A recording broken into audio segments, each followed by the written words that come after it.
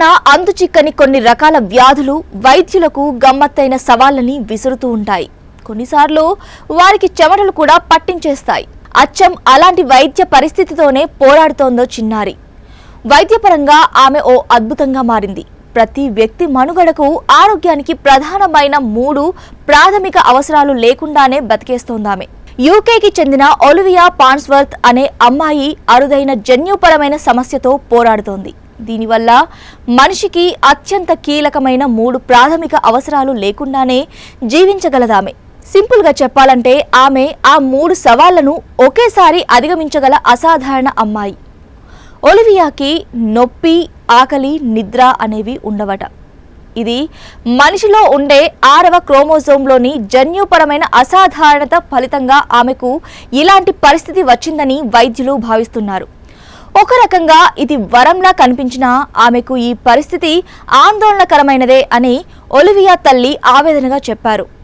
ఈ 3 ఫీలింగ్స్ ఆమెకు తెలియదు కాబట్టి ఏ క్షణంలోనైనా తనను తాను ఎలా గాయపరుచుకుంటుందోనని భయపడుతూ బతకాల్సి వస్తోందంటూ కన్నీటి పర్యంతమయ్యారు.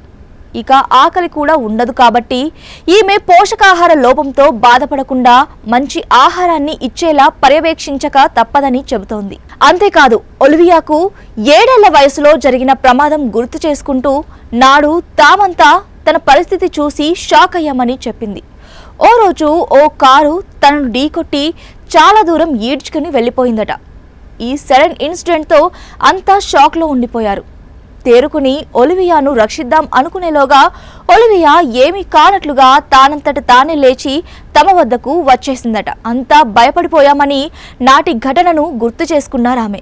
ఒంటి నిండా గాయాలైనా ఏం కానట్లు ఒలివియా ప్రవర్తించిన తీరు ఇప్పటికీ మర్చిపోలేనంటోంది తల్లి. అలాగే ఒలివియాకి నిద్ర కూడా ఓ సవాలే.